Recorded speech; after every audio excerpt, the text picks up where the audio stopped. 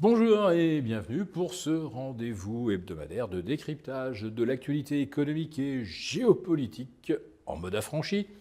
Je salue tous les abonnés de TV Liberté pour cet épisode que je vais intituler « Oh, ce n'est pas tant Donald Trump qui est terrible, non, c'est le contraste avec l'Europe ». Donald Trump a donc intégré, ou plutôt réintégré, le bureau ovale de la Maison-Blanche à 78 ans, mais il a déjà signé une cinquantaine de décrets, 200 ordonnances, procédé à 120 nominations, révoqué nombre de décrets de l'administration précédente. Voilà, ça part très vite, très fort.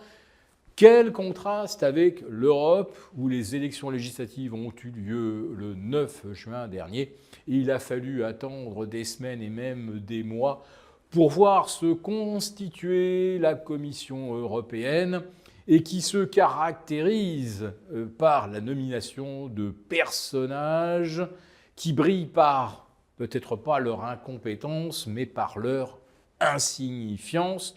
Quand on voit que la France est représentée par Stéphane Séjourné et que les principaux commissaires européens sont issus de tout petits pays, je n'ai rien contre des petits pays baltes notamment, mais il est évident que Ursula von der Leyen n'a nommé que des gens qui ne lui feront pas d'ombre. Là aussi, contraste, puisque cette fois-ci, Trump a nommé des gens, alors peut-être pas aussi célèbres que lui, mais certainement aussi appréciés comme Elon Musk, comme Robert Kennedy, comme Scott Bessent, son nouveau ministre de l'économie, l'avant dit secrétaire d'État au Trésor. Donc Trump a su bien s'entourer, il a des projets. Quels sont ceux d'Ursula von der Leyen, à part censurer le réseau X d'Elon Musk ?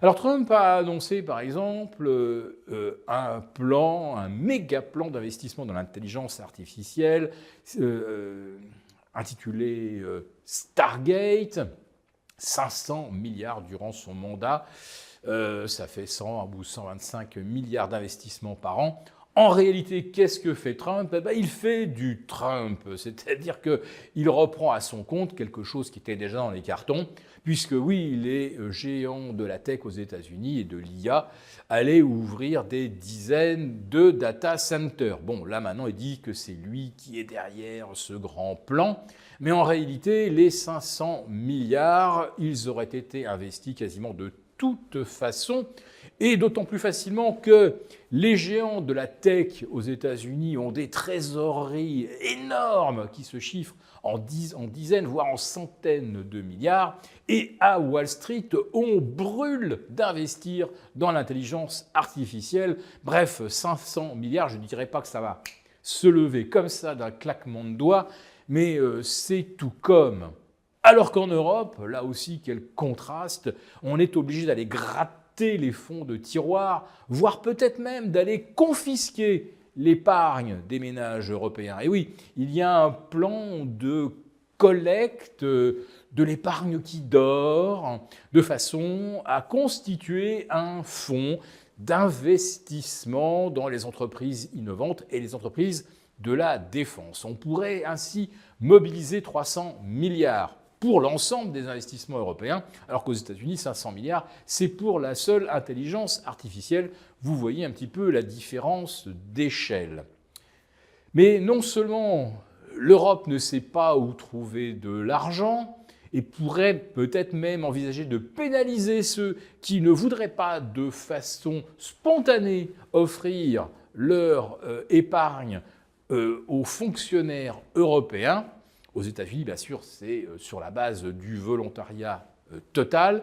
Mais en Europe, en plus de ça, on ne voit pas qui a un plan stratégique et sur qui s'appuyer, puisque nous n'avons pas non plus de champion de l'intelligence artificielle. Et puis alors bon, le pompon en ce qui concerne le contraste, c'est la France, puisque Donald Trump a promis d'abaisser les impôts. Il va commencer par les entreprises alors qu'en France, on ne pense qu'à ponctionner davantage l'épargne. Et là, il y a eu ce ballon d'essai, bon, un peu foireux, il faut bien le dire, mais Madame Panossian, envisageait de surtaxer les pensions de retraite. Ouf! Il s'agissait bien sûr des retraités les plus riches. Mais c'est quoi un riche aux yeux du gouvernement? C'est quelqu'un qui gagne plus de 2000 euros, 2200 euros. Je rappelle qu'en Suisse, un retraité gagne en moyenne entre 3005 et 4000 francs suisses. Alors certes, la retraite de base fédérale est de 1250 à 2500 francs suisses, mais 90% des Suisses ont des complémentaires, et ce qui leur permet de vivre leur retraite avec des sommes décentes. En France, figurez-vous, le seuil de la richesse, maintenant, ce n'est plus 4000 euros comme l'avait cité François Hollande, maintenant c'est 2000 euros, et bientôt ça sera, je ne sais pas quoi, moi, le RSA. Voilà, la France qui plonge face à des États-Unis qui, eux, veulent aller de l'avant, réduire la pression fiscale et donner leur chance à ce que j'appellerais les entreprenants. En France, eh bien, on vous ponctionne 50% de ce que vous gagnez, puis encore 20% sous forme de TVA, et le jour où vous décédez, l'État vous en pique encore 50%, c'est quasiment zéro dans tous les autres pays européens, et grâce à toutes ces ponctions, eh bien, la France affiche 3100 milliards de déficit, alors qu'aux États-Unis, on ne sait plus quoi faire de l'argent.